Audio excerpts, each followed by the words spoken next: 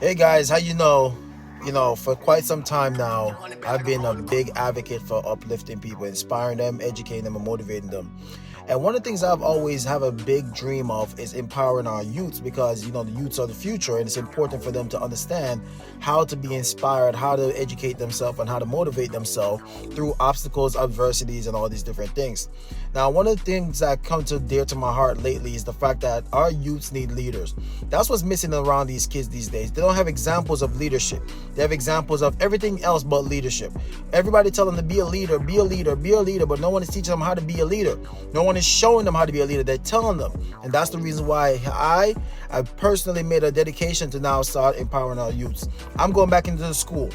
I'm going back into school because when you get into the school, you get into the homes. And when you get into the homes, you start making a difference. And that's where we got to start. We got to start with our kids. And we got to empower our kids so that way they can be inspired, they can be educated, they can be motivated to make the right decisions. And we got to show them how to be a leader before we tell them. Leaders show. Mentors always try to tell you things. No, you got to be a leader. Leaders show them before you mentor them. And that's what we got to do. We got to be a show it leader. And that's what I'm going to do. Show the kids how to do better and become better.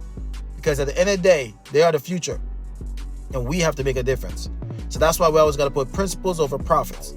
Principles over profits. And we got to take our kids in consideration if we want to change the generation. I see you at the top. Keep winning.